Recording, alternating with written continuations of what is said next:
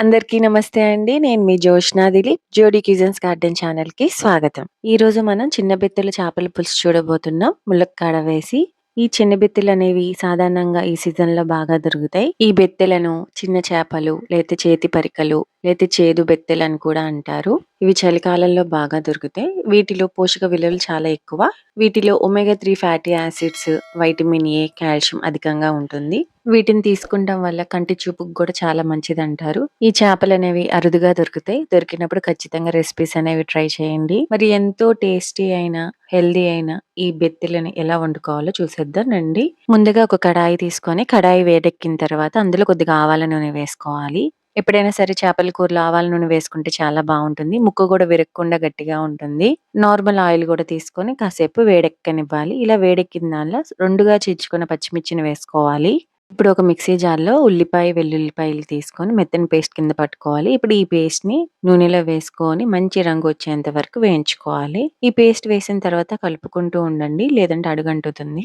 ఈ విధంగా వేగుతున్నప్పుడు దానిలో కొద్దిగా ఉప్పు, పసుపు వేసుకొని మంచి రంగు వచ్చేంత వరకు వేయించుకుంటే సరిపోతుంది. ఆవాల నూనె తీసుకున్నప్పుడు కొద్దిగా జాగ్రత్త అనేది పాటించాలండి. ఆవాల నూనె అనేది వేడెక్కిన తర్వాత మాత్రమే మనం వేసుకోవాల్సిన మసాలా అనేది వేసుకోవాలి. లేదంటే చేదొచ్చే అవకాశం ఉంటుంది. ఆవాల నూనె అనేది కంపల్సరీ కాదండి. ఆప్షనల్ అండి. ఈ విధంగా మసాలా అనేది రంగు మారిన తర్వాత అల్లం వెల్లుల్లి ముద్ద, కూరకి సరిపడినంత కారం తీసుకొని కాసేపు మగ్గనివ్వాలి. ఇలా మగ్గుతున్న సమయంలో మీరెంత పులుపునైతే తింటారో అంత పుల్లదనాన్ని యాడ్ చేసుకోండి. పులుపు అనేది మరీ తక్కువ ఉన్నా బాగోదు, మరీ ఎక్కువ ఉన్నా బాగోదు. కరెక్ట్‌గా యాడ్ చేసుకుంటే బావుంటుంది. ఇప్పుడు పులుసుకి తగినంత నీళ్ళు యాడ్ చేసుకోవాలి. నీరనేది ఒకేసారి ఎక్కువ యాడ్ చేసుకోమాకండి. పలుచగా అయిపోతుంది. ఇప్పుడు ఈ స్టేజ్‌లో మనం ముందుగా కట్ చేసుకున్న ములక్కాడలను వేసుకోవాలి. సన్నగా తరిగిన మిర్చిని యాడ్ చేసుకోవాలి. ఈ పులుసు అనేది ఎంతవరకు ఉడకబెట్టుకోవాలంటే మనకి ములక్కాడ అనేది ఉడికేంత వరకు ఉడకబెట్టుకోవాలి. ఆ తర్వాత మాత్రమే చేపలనేది యాడ్ చేసుకోవాలి. ఈ కూరలో ములక్కాడలనేవి ఇంకో విధంగా కూడా యాడ్ చేయొచ్చు. ముందుగా ఉడకబెట్టుకొని కూడా యాడ్ చేసుకున్నా బావుంటుంది. 10 నిమిషాలు ఉడికిన తర్వాత ములక్కాడ అనేది ఉడికిందా లేదా అనేది చెక్ చేసుకోండి. ఈ విధంగా చెక్ చేసుకున్న తర్వాత ములక్కాడ ఉడికితే గనక బెత్తెలను యాడ్ చేయండి. ఒకవేళ ఉడకపోతే గనక మరొక 5-10 నిమిషాల పాటు ఉడకబెట్టుకోండి. ఈ స్టేజ్‌లో మనం బెత్తెలను యాడ్ చేసుకోవాలి.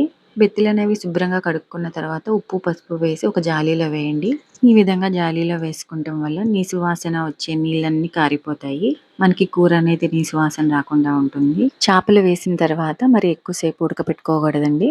మరి ఎక్కువసేపు ఉడకపెట్టుకున్నా సరే చేపల కూర అనేది బాగోదు. 10 నిమిషాల పాటు ఉడకపెట్టుకుంటే సరిపోతుంది. గ్రేవీ గనక మరీ చిక్కగా అనిపిస్తే కొద్దిగా వాటర్ అనేది యాడ్ చేసుకోండి. ఎప్పుడైనా సరే చేపలు వేసిన తర్వాత గరిటె పెట్టకూడదు. నేను చూపించిన విధంగా కలుపుకోవాలి. ఈ విధంగా 10-15 నిమిషాల పాటు ఉడకబెట్టుకుంటే సరిపోతుంది. అండ్ చివరగా కొత్తిమీర వేసుకుంటే ఎంతో రుచికరమైన బెత్తెల కూర రెడీ అయిపోయినట్టే. ఎప్పుడైనా సరే చేపల కూర అనేవి వేడి వేడిగా తినటం కన్నా కూడా చల్లారిన తర్వాత చాలా బావుంటుంది. ఈ విధంగా నూనె పైకి తేలేంత వరకు ఉడకబెట్టుకున్న తర్వాత స్టవ్ అనేది ఆఫ్ చేసేసుకోవాలి. ముఖ్యంగా కాల్షియం కోసం ముళ్ళుతో సహా తినగలిగే చేప ఈ బెత్తెలు. మొత్తానికి చేపల పులుసు అనేది రెడీ అయిపోయింది. ఇది రుచికి రుచి, ఆరోగ్యానికి ఆరోగ్యం. మరి ఈ రెసిపీ మీకు నచ్చిందా? నచ్చితే గనక తప్పకుండా ట్రై చేయండి. ట్రై చేసి మీ ఫీడ్‌బ్యాక్‌ని కామెంట్ ద్వారా తెలపడం అస్సలు మర్చిపోవద్దు. అండ్ లైక్ చేయండి అండ్ సబ్స్క్రైబ్ చేయండి. ఎవరైతే నా ఛానల్‌ని కొత్తగా చూస్తున్నారో సబ్స్క్రైబ్ చేయడం అస్సలు మర్చిపోవద్దు. Thank you for watching.